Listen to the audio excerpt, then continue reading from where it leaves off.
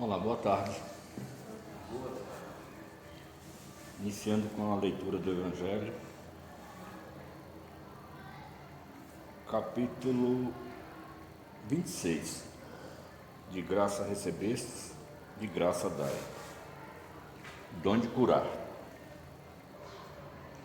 Curai os doentes, ressuscitai os mortos, purificai os leprosos, expulsai os demônios. De graça recebestes, de graça dai. Mateus capítulo 10, versículo 8. De graça recebestes, de graça dai. Disse Jesus a seus discípulos. Com esse preceito, prescreve que não se cobre por algo que não se pagou.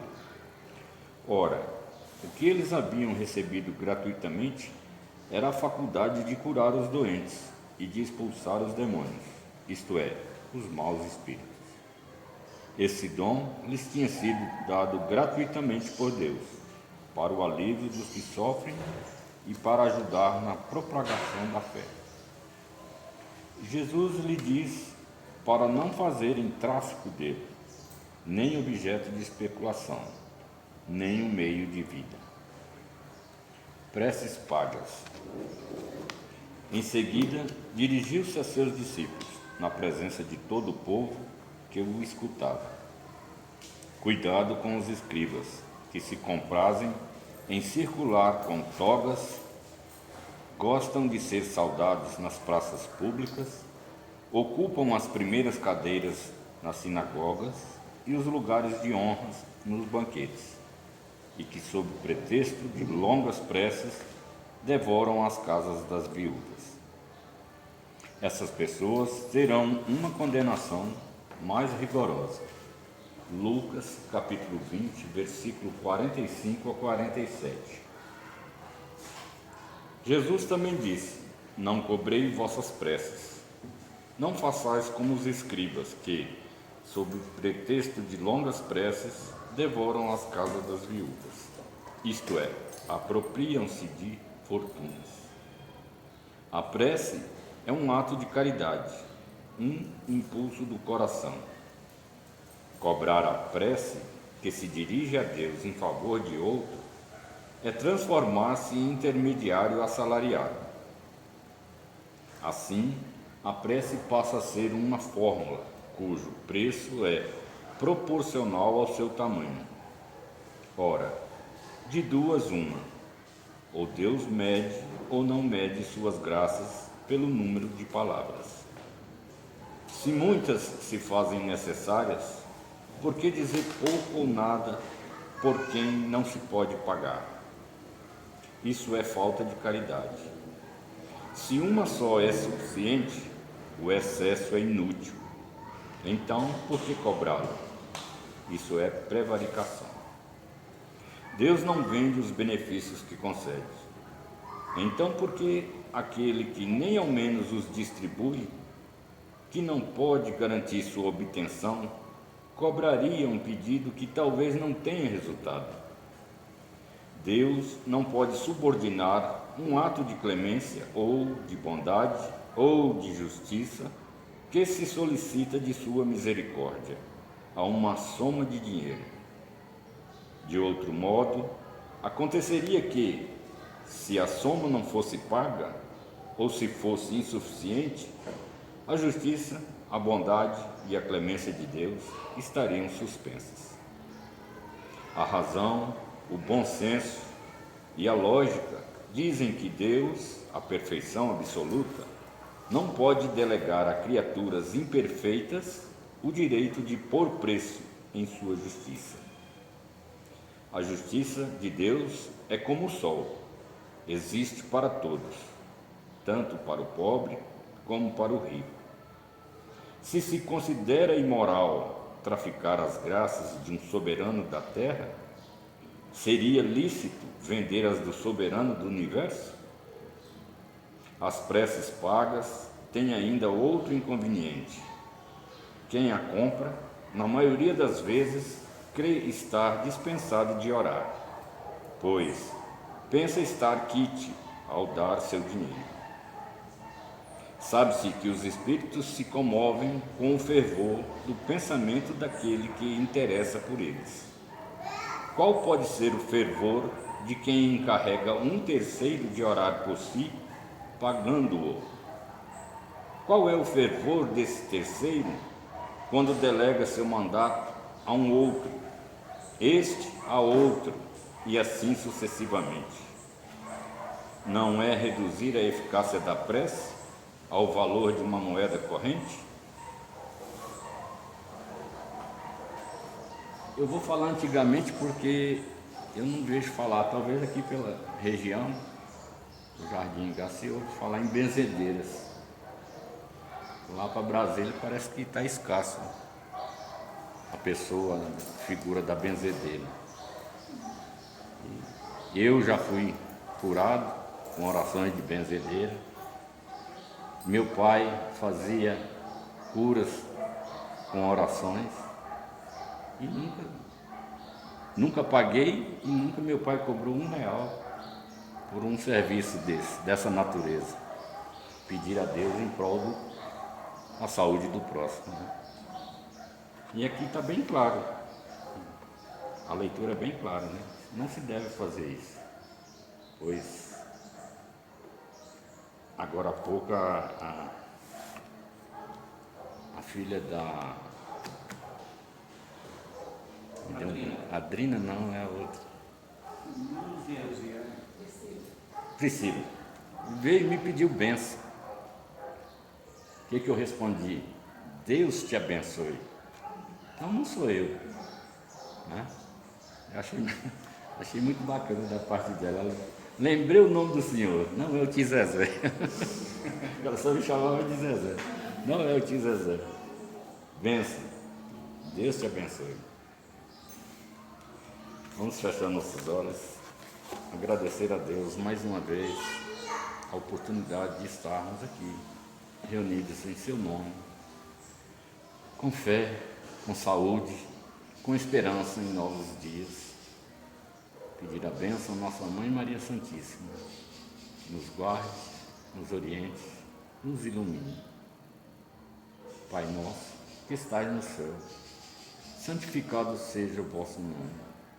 Venha a nós o vosso reino, seja feita a vossa vontade, assim na terra como no céu. O pão nosso de cada dia nos dai hoje. Perdoai as nossas ofensas e nos ensine a perdoar a quem nos tem ofendido. Não nos deixeis cair em tentação, mas livrai-nos de todo mal, que assim seja. Graças a Deus. Com a palavra, estreando 2020, o novo palestrante, José Silva.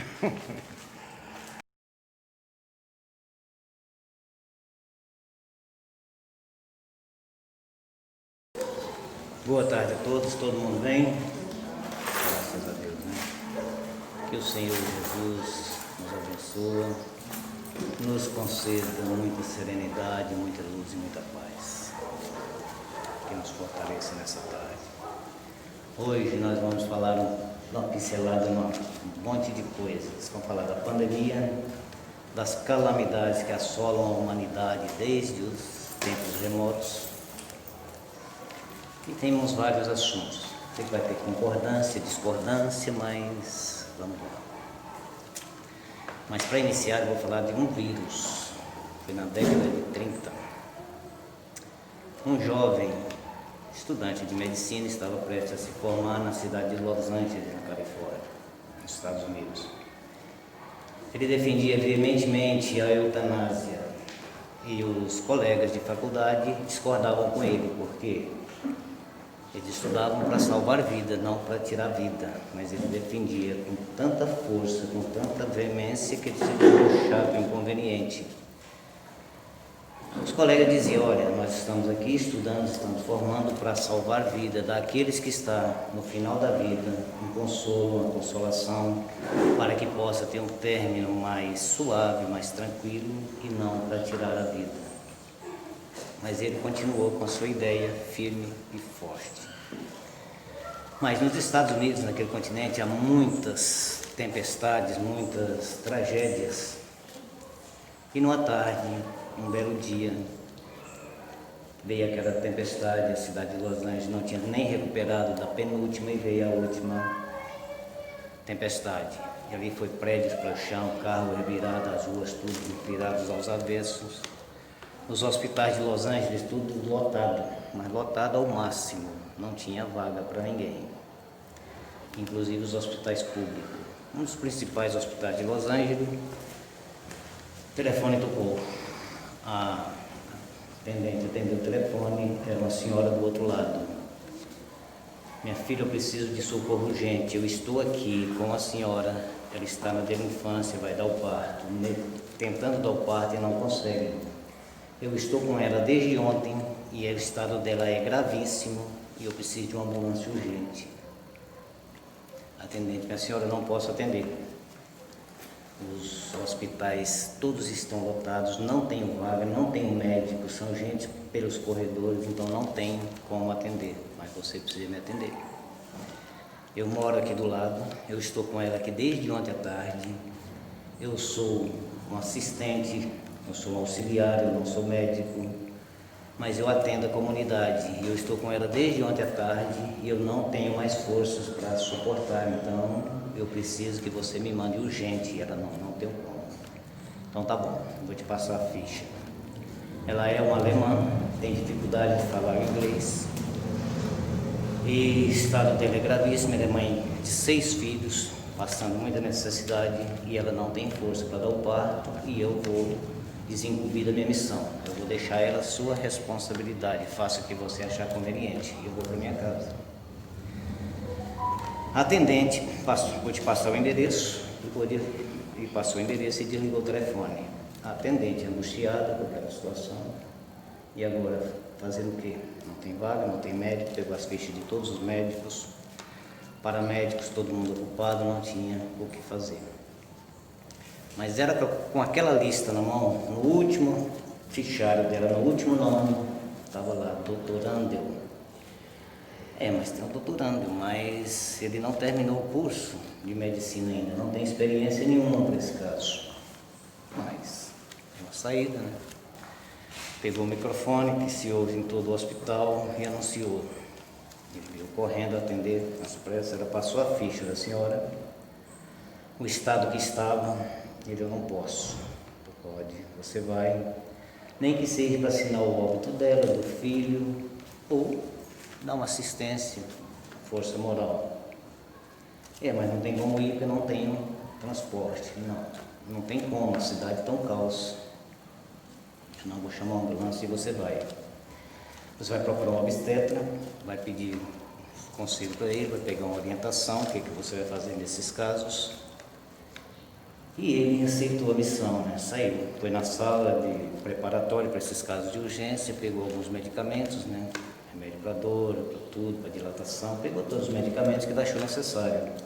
Encontrou com o médico, que era obstetra, pegou algumas opiniões com ele e entrou na ambulância. A poucos instantes, a sirene cortava as ruas de Los Angeles, deixando para trás a cidade de Los Angeles, entrando na periferia. Vidraçaria pelo chão, tudo quebrado, o carro é virado, enchente por todos os lados, crianças brincando na rua, naquela lama toda, foi entrando na periferia, até chegou a uma casa de 3 pavimentos, era o endereço, foi passado. Ele desceu da ambulância, dirigiu-se à casa, correndo com a maleta na mão. Chegou, subiu para o 3º piso. Quando chegou à porta de um quarto e viu aquele estado patético, né? Uma senhora deitada em cima da cama, praticamente desfalecida, praticamente já nos últimos instantes, e ele comoveu com a situação. Ele deixou a mala no chão. Nesse instante eles ouviam os gotejar no chão. Ele olhou, já era uma hemorragia que tinha dado, estava gotejando no chão. E ele, desesperado, foi examinar de onde vinha aquele gotejamento, né, aquele sangramento. Conseguiu isolar o vaso que tinha dilatado e estava sangrando. E nesse momento ele olha para ao lado, estava a atendente, a senhora que ligou o telefone. Olha, doutor, não importa que ela morra. Essa mulher é muito teimosa. Ela é mãe de 6 filhos, estão passando uma necessidade terrível. Quando ela engravidou, ela falou ao marido. O marido falou: olha, você tem uma escolha. Essa gravidez é impossível. Por quê? Nós temos 6 filhos, somos 8 em casa. Não estamos dando conta de alimentar os 8. Não estamos sobrevivendo. Imagine mais um. Ela: mas eu não posso, isso é fruto do nosso amor. É meu filho, como eu vou fazer isso? Então a única solução é o aborto. Eu não tenho coragem. Aí ele decidiu, você escolhe, ou eu ou o filho.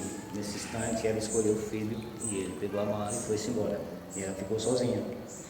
Então tem passado tanta necessidade, tanta fome com essas crianças, está aí o estado. Se ela tivesse um pouquinho de força, ela botaria essa criança para fora. Mas está tão desnutrida, tão má, que ela não consegue fazer força, está na situação que está. Mas nesse instante, ele olhou para fora, a chuva tinha passado, a tempestade tinha passado, ele olhou o céu azul, aquele amarelado, meio roseado, aquela coisa mais linda. Ele olhou assim, lembrou um pouco da infância. E condoeu com aquela situação, fechou os olhos, contemplando aquela natureza, aquela tarde tão bela, e Pai Nosso. Pai nosso que estás nos céus, você pode, eu sei que tu pode salvar estas vidas, pois salva, me auxilia. Antes de fazer aquela prece que saiu do fundo do coração, ele ouviu um gemido, que ele olhou, a senhora estava se debatendo em cima da cama. Aí ele aproximou, ela já estava dentro da dilatação, os ossos já estavam se cedendo, e ele conseguiu introduzir as mãos pela vaginal, conseguiu pegar a criança e tirou para fora. E aí ele, contemplando aquela criança, cortou a placenta, não tinha onde colocar a placenta, olhou para o quarto, não tinha nada, tinha um pedaço de jornal, olhou a placenta em cima do jornal, e contemplando aquele bebê, um lindo menino, homem, contemplando aquela obra, pegou nos braços mais ou menos 2.800 a 3 quilos, calculou ele. Botou em cima, tirou da bolsa a fita métrica, agora vou medir. Começando do ponta da cabeça à ponta do pé. Quando ele chegou ao pé, ele olhou, tinha o pé direito dele era deformado, era virado para trás. Tipo equino, só que muito deformado. Ele olhou aquela situação, pensou: posso salvar essa criança. Por quê? Vai ser vítima de bullying, da fome que está passando nessa casa, de tanta necessidade, talvez até do crime. Por quê? Ele não vai aguentar a gozação, o bullying, o apelido que vai ser de coxo. Então, eu posso salvar essa criança. Ele tinha aplicado uma substância na senhora. Ele falou: tem uma substância que vai entrar em choque com a substância que eu apliquei anterior, que vai causar a morte da criança, então eu vou fazer isso. Preparou a ampola, pegou a criança, quando ia aplicar, bateu a consciência: que tem tu com isto? Tu veio para salvar, não veio para matar. Tu veio aqui para salvar a vida, não foi para tirar a vida. Bateu e bateu mais forte. Aí ele olhou para a criança, pegou o preparozinho, jogou fora, arrumou o frascozinho, fez os procedimentos normais, pegou a ambulância e voltou para o hospital. Tudo bem, ocorreu, tranquilo, foi, a criança ficou salva, a mãe também ficou salva, e ele voltou para o hospital, começou a trabalhar, terminou a formatura, deixou Los Angeles, foi para o centro dos Estados Unidos, montou uma clínica. Resolveu montar uma clínica pediátrica. Mas quando terminou a formatura, ele se apaixonou e casou.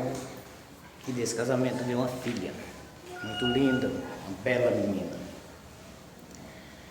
E essa menina foi crescendo, também estudou. mas voltou para Los Angeles, também se formou na área da medicina.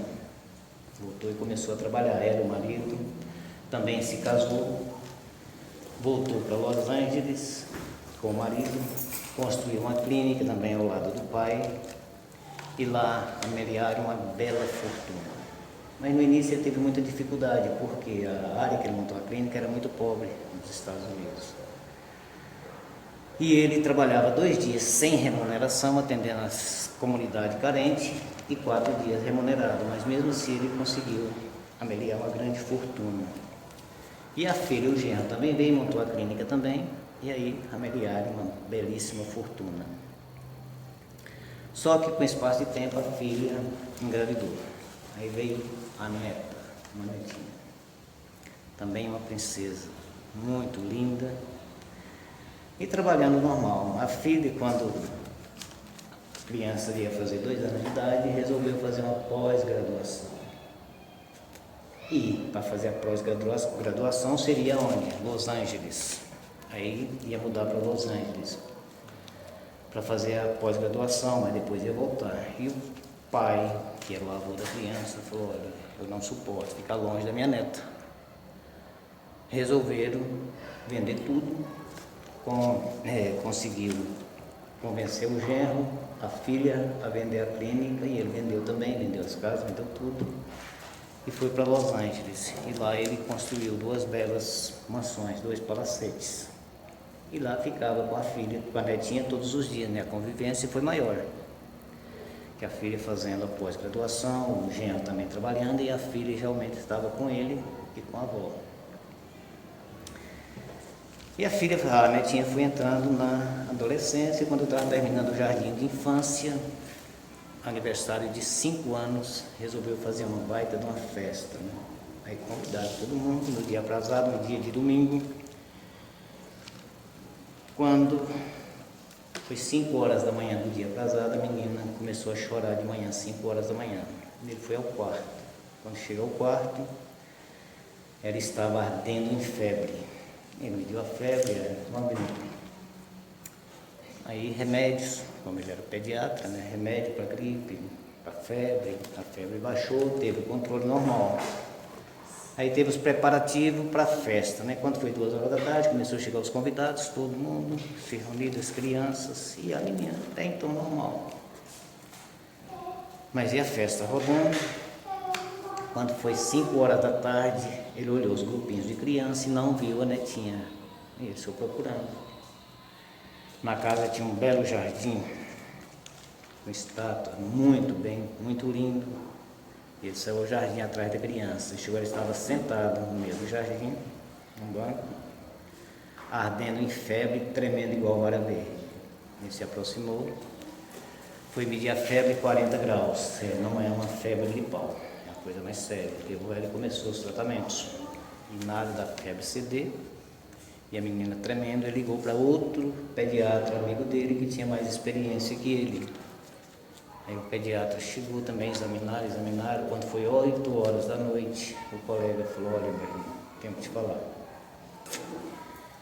Essa doença não tem cura. Esse vírus não foi identificado ainda, e ele vem pelas articulações, e é máximo 2 semanas de vida.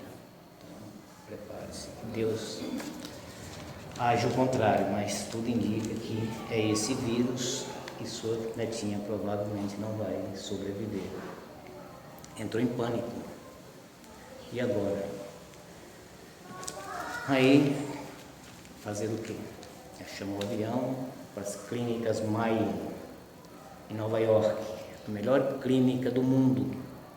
Tinha muito dinheiro, era médico, pegou o avião e partiu para Nova York.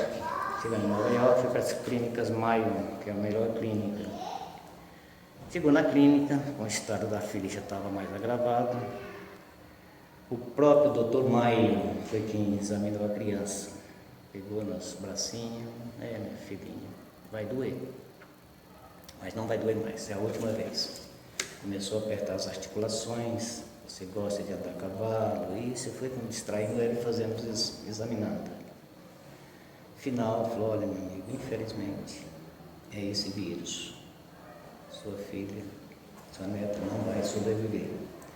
Começa com febre alta e ela vai atingindo as articulações até os pulmões não funcionam mais e a criança vem a óbito. Isso máximo em 2 semanas. Mas eu não posso. Me rumo ao médico, rumo a qualquer coisa, não. Aqui nós somos a autoridade máxima na área da medicina. Não tem como informar, indicar ninguém. Mas tem que ter alguma coisa, é minha neta. Não posso. Olha, eu te aconselho o seguinte, volte para casa, do lado da família, porque não, tem que ter alguma saída. Aí o doutor Maia olhou para ele e falou, olha, fui consultado uma época por um doutor alemão em Hamburgo. Ele é infectologista e ele estava fazendo estudo sobre esse vírus, mas tem tempo. Pegou o endereço do doutor em Hamburgo, na Alemanha, mas é muito dura a viagem de Nova York em Hamburgo, na Alemanha, vai gastar nada 2 dias. Sua neta não vai sobreviver. Mas eu tenho que tentar. Ela pode morrer, mas eu estou lutando. Pegou o avião, baixou em Hamburgo. No endereço, chegou, entregou o cartão para a atendente, falou, o doutor já está me esperando. Então entra. Aí o doutor fez o mesmo procedimento, examinou tudo e chamou. Falou, olha, meu amigo, infelizmente esse vírus é incurável. Eu vou te dizer para você o seguinte, ele é tão terrível que ele atinge uma criança a cada 1 milhão de crianças, ele atinge uma. Mas essa uma é fatal. Tire a criança, afaste a criança um pouco. Então eu te aconselho, volta para casa. Ele não, mas tem que ter uma saída. Tem que ter. O médico de Hamburgo, um alemão, olhou para a situação dele. Quando olhou para a situação, falou, olha, nos Estados Unidos tem um médico que a vida dele foi pesquisar sobre esse vírus. Ele está trabalhando no protótipo de vacina, então é a única esperança. Mas eu não sei se você consegue chegar. Aí vem ele lá de Hamburgo para os Estados Unidos de volta. Chegou. Aí veio atrás da doutor. Aí chegou nos Estados Unidos, desceu pelo endereço que estava nos Estados Unidos, já se espantou, que era na periferia. Um calor infernal que ele desceu. A decepção foi maior porque agora minha neta, numa situação dessa, num calor desse, numa periferia dessa, mas estou aqui, vamos até o fim. Já tinha uma ambulância esperando, mas a ambulância não era bem uma ambulância, era um resto de uma ambulância caindo nos pedaços. Mas pegou a netinha, a esposa, entraram na ambulância, partiram para a clínica do tal doutor. E vai periferia dentro. Quando chega lá na clínica, não era bem uma clínica, era um quarto, assim, água acabada, muito ruim. Aí foi atendido ao doutor, já está me esperando. Meu caso é urgentíssimo. Aí pegou, entrou, não tinha lugar para sentar, ele se encostou na parede, a esposa encostou no ombro dele e ele pegou a criança. A criança nesse momento já só tinha couro e osso, estava muito magra, muito debilitada. Examinou, ficou a conclusão, tira a criança, afaste a criança. Chamou os pais e falou, olha, não tem remédio, eu te aconselho o seguinte, o estado dela, isso dói muito, eu te aconselho a eutanásia. O único remédio que é a eutanásia é para aliviar um pouco das dores dela. Ah, mas é minha neta. Receitar a eutanásia para os outros até é simples, né? Mas essa é minha neta, como é que eu vou fazer isso? Tenho que lutar até os fins das minhas forças. Tenho lutado sempre, mas é difícil. Tenho fabricado algumas vacinas, mas nunca testei em humanos. Já testei ratinho da Índia, coelho, alguns testes eu já fiz, mas em humano eu nunca fiz, nunca testei. Se você me autorizar, a gente pode até testar, no seu desespero. Mas minha neta vai morrer, né? Vai morrer. Então, o senhor autoriza? Autorizo sim. Trêmulo, mas autorizou, assinou. Aí o médico chamou as enfermeiras, vamos fazer o tratamento da hidroterapia. Vamos levar para a piscina, são 5 minutos de água quente e 3 minutos na água fria. Vai alternando. E ficou conversando com o doutor na sala. E nisso as enfermeiras foram fazendo a hidroterapia. Aí o médico foi empurrar a mesa dele, uma mesinha de rodas, né?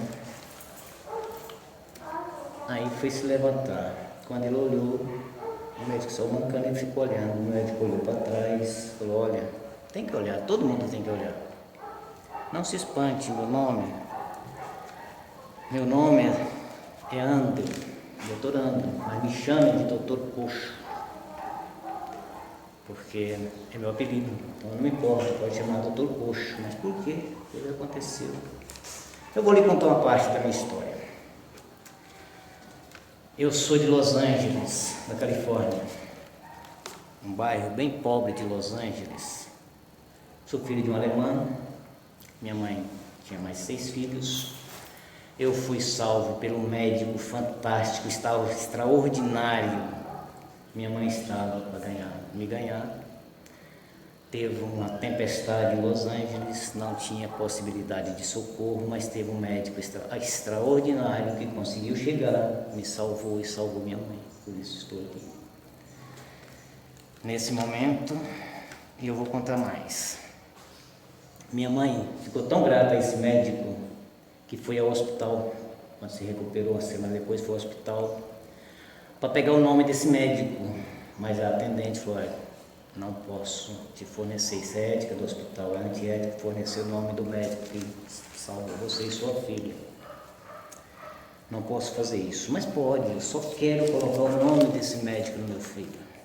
Não, mas é antiético e aqui não é permitido, não posso.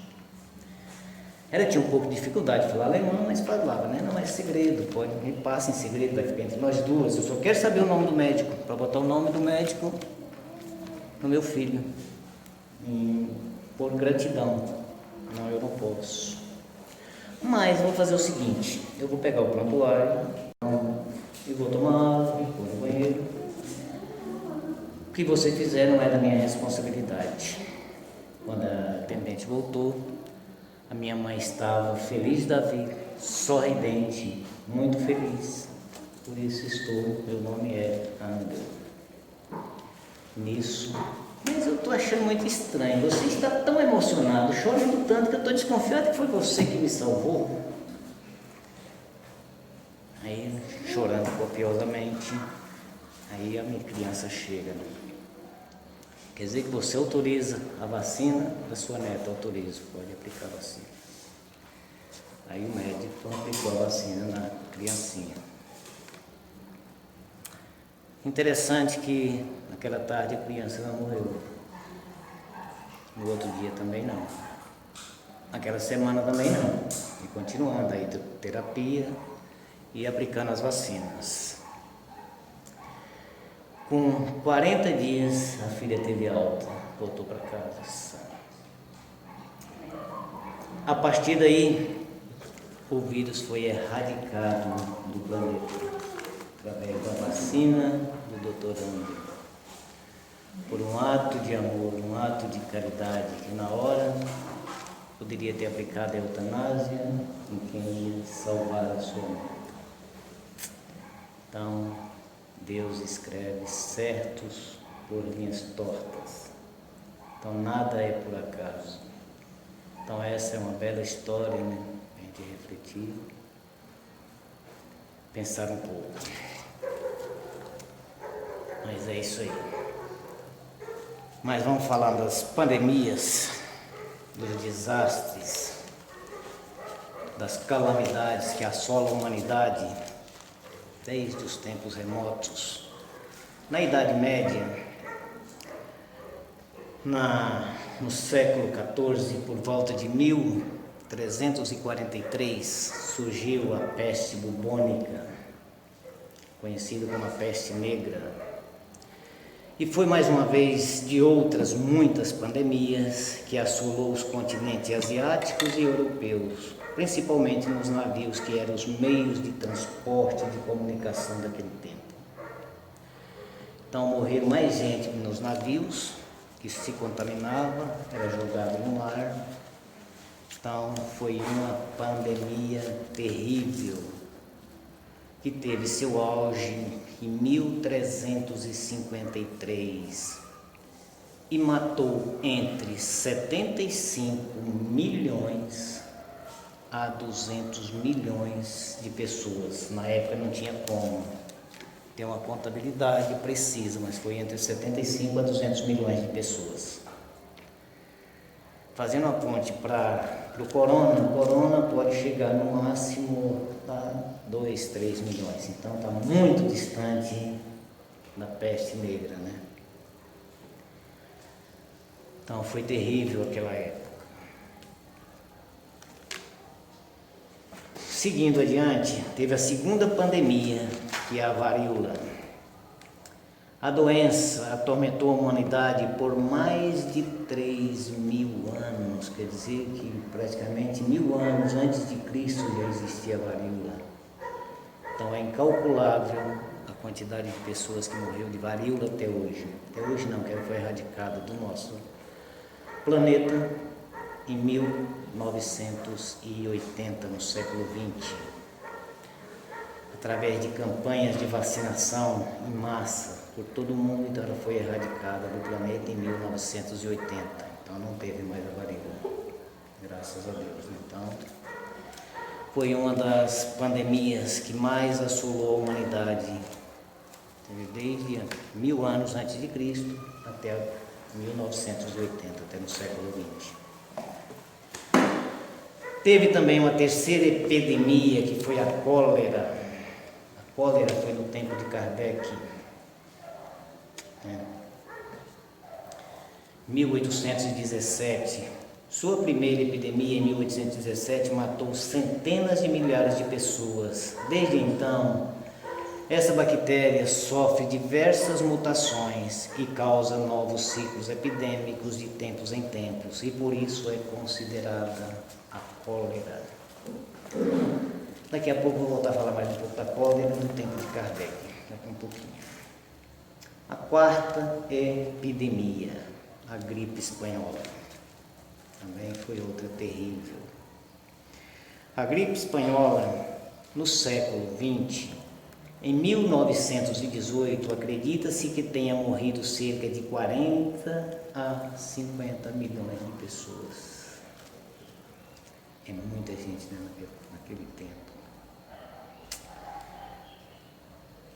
40 a 50 milhões de pessoas, causando por cerca de 40 a 50 milhões de pessoas, causado por esse vírus chamado influenza mortal, que inclusive o presidente do Brasil, Rodrigues Alves, morreu da gripe espanhola. E teve outro que morreu também da gripe espanhola, acho que todo mundo aqui sabe, né? Quem? Eurípides Barçanufo. Em 1º de novembro de 1918 faleceu, passou para a pátria espiritual, Dr. Eurípides Barçanufo.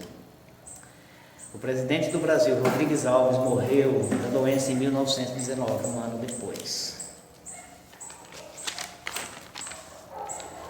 O vírus, a gripe espanhola, ela não foi bem, ela não é bem espanhola, porque foi na Espanha que ela realmente subiu, né? Teve o nome de gripe espanhola por causa da Espanha, mas ela nasceu realmente foi nos Estados Unidos. Ela veio dos Estados Unidos, onde o vírus surgiu. E naquela época da gripe espanhola, também era obrigatório o uso de máscara, também teve o recolhimento, né? E naquela época foi triste, porque eles trancavam famílias inteiras dentro de casa, mateira, e pregavam, doente, são ou não. Eles pregavam dentro de casa, as pessoas morriam à míngua dentro de casa, então foi terrível. A gripe espanhola foi terrível. Morreu muito mais gente com a gripe espanhola do que nos campos de concentração, que foi na época da guerra também, né? Então foi terrível. Como que essa doença chegou ao Brasil? Ele veio a bordo do navio Demerara e desembarcou gente em Recife, Salvador e Rio de Janeiro, aonde chegou ao Brasil a gripe espanhola e também assolou muita gente no Brasil. Teve a quinta epidemia, também terrível, a gripe suína, todo mundo lembra, né? O H1N1. Foi o primeiro causador da epidemia no século XXI.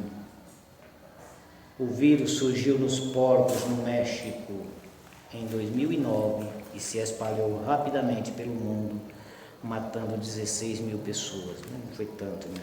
Mas foi também. Tem mais. O ebola, também todo mundo lembra, que atingiu o continente africano, que foi terrível. O ebola foi em 1976 na África Central, causando cerca de 11 mil mortos naquela comunidade. Além disso aí tem esses tsunamis, tem os terremotos, maremotos, tem a catástrofe causada pelo abuso do ser humano, inclusive no Brasil. Temos a tragédia de Mariana, tragédia de Brumadinho. Essas são as tragédias abusivas pela interferência do ser humano. Então, passamos também por isso. Vários vulcões, desde a Pompeia, né? É narrado no livro há 2000 anos. Tem aquele vulcão que assolou muita gente. Tsunamis que só na Sri Lanka matou mais de 120 mil pessoas.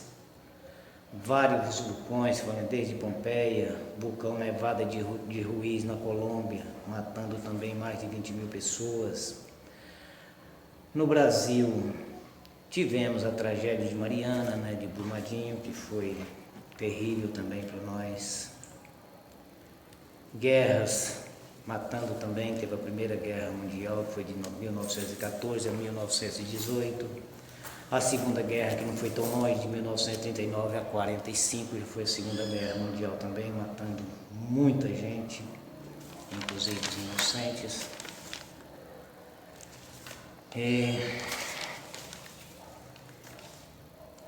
Eu vou fazer aqui uma reflexão, notei aqui algumas coisas sobre a máscara.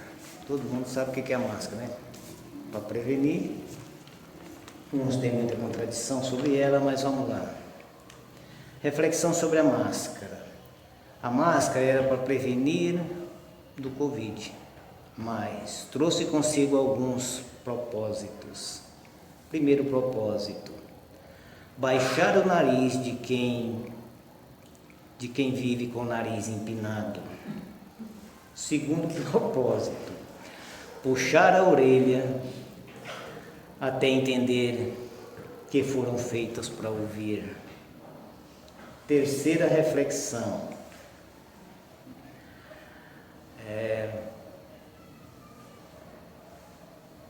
bloquear a boca até entender que é preciso pensar mais e falar menos.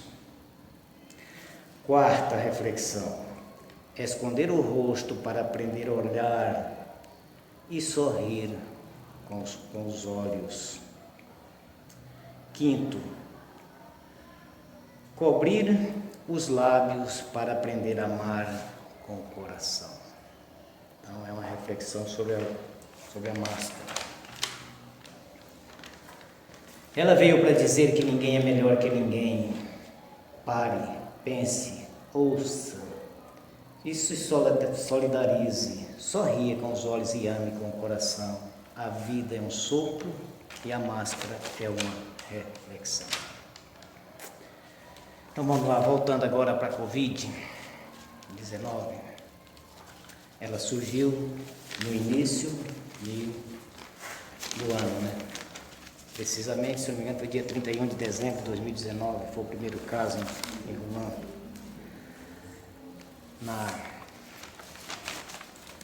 na China.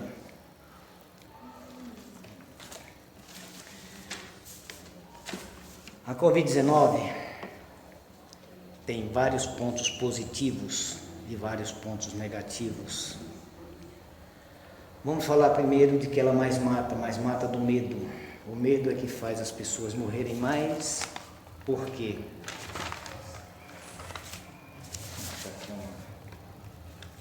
Por causa do nosso inconsciente. Se nós entrarmos no pânico, no medo, nós vamos adoecer, nossa imunidade baixa. Então, o que é o aspecto do medo? Tem gente que está trancado dentro de casa, trancafiado, que não sai na rua, não vai tomar um ar, não vai fazer nada. Então, o que acontece? A imunidade baixa. Primeiro aspecto do medo, ele vai atingir o emocional, passar para o físico e vem a adrenalina. A adrenalina vai causar o quê? Vai causar, aí vem o hormônio chamado cortisol, que é o hormônio do estresse, e aí joga a imunidade lá para baixo, e a pessoa vai, por isso vai ficar mal, vai atingir, vai pegar os pulmões e vai ser internado. Então, primeira coisa é o medo. Então, vamos deixar o medo de lado. Medo nós temos que ter, por quê? Se nós não tiver medo, nós vamos se arriscar demais, vamos procurar encontrar com ele, então isso é ruim. Nós temos que ter o instinto de conservação, então o medo faz parte, mas é o medo, vamos supor, coerente, né? Aqui tem um artigo da Revista Espírita, de novembro de 65, o trecho do artigo vai falar um pouco disso aí. O Espiritismo e a cólera, né? Isso é do tempo de Kardec, né? Que estava convivendo com a cólera. A obra O Céu e o Inferno, segundo o Espiritismo e, sobretudo, o capítulo O Temor da Morte, compreenderá a força moral que os espíritas aurem em sua crença diante do flagelo que dizimam as populações. Por que os espíritas têm essa força? Porque eles sabem que a morte não existe, ele tem força. Ele sabe que é uma mudança de plano, ele vai deixar esse corpo, mas a vida vai continuar. Por isso ele aure uma força especial, uma força que dá ânimo para seguir em frente.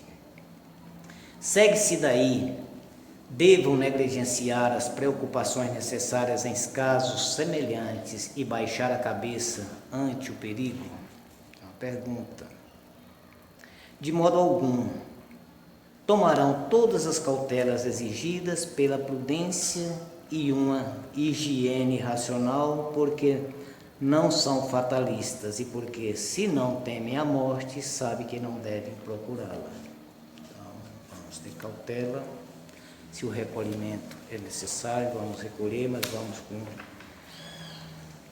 com serenidade, com prudência. Ora, não levar em conta as medidas sanitárias que os podem prevenir, o que está dizendo Kardec naquela época, seria verdadeiro suicídio, cujas consequências conhece muito bem para elas se exporem. Consideram como um dever velar pela saúde do corpo, porque a saúde é necessária para a realização dos deveres sociais. Está na Revista Espírita, um artigo que Kardec deixou por causa da cólera. Então nós devemos, Covid não é nada, Covid não existe. E se expor, não. Tivemos que nos prevenir. Por quê? Se nós se lançar a esmo em conta do Covid, isso é suicídio. Então é considerado como suicídio. Então vamos prevenir, vamos ter as precauções, lavar as mãos é necessário. Então vamos nos prevenir. Mas eu trouxe aqui também 10 pontos positivos sobre a Covid. Eu notei aqui. São, na verdade, 10 grandes notícias boas. Grandes notícias, né? Primeiro ponto positivo. O vírus apareceu em junho de o HIV apareceu em junho de 1981 e foram necessários mais de 2 anos para identificar o vírus. Os primeiros casos de pneumonia grave, que é o Covid, foi relatado na China em 31 de dezembro de 2019 e o genoma do vírus já foi relatado dia 10 de janeiro. Já sabia que era o SARS-CoV-19, coronavírus. Então, foi 11 dias, 12 na verdade. Já tinha a identidade do vírus, já tinha tudo. Então, o que a ciência já progrediu? Então, já é muito bom, já tinha tudo sobre a Covid. Segundo ponto positivo, já sabemos como decretar o vírus e já temos os testes, vários tipos de testes. Então, já está testando, tem todos os tipos de testes, você sabe se você teve, se não teve. Terceiro ponto positivo, na China, onde surgiu o vírus, já está praticamente resolvido. Quarto ponto positivo, cerca de 80% dos casos são leves. Então, 80% dos casos praticamente nem sintomas têm. Eu creio que eu tive, mas meu sintoma foi tão leve que eu tive assim, uma gripe, nem febre direito eu tive, então eu acredito que foi, não sei, não fiz teste, mas tem pessoas que têm nem sabem, que teve e passa despercebido, principalmente jovens, então é uma boa notícia, né? Então vamos lá. Quinto ponto positivo, as pessoas se recuperam, mais de 60% dos contaminados já estão curados. Sexta notícia boa, quase não atinge os novos, por cerca de 3% dos casos foram em jovens. Então, de 100 casos, 3 foram em jovens.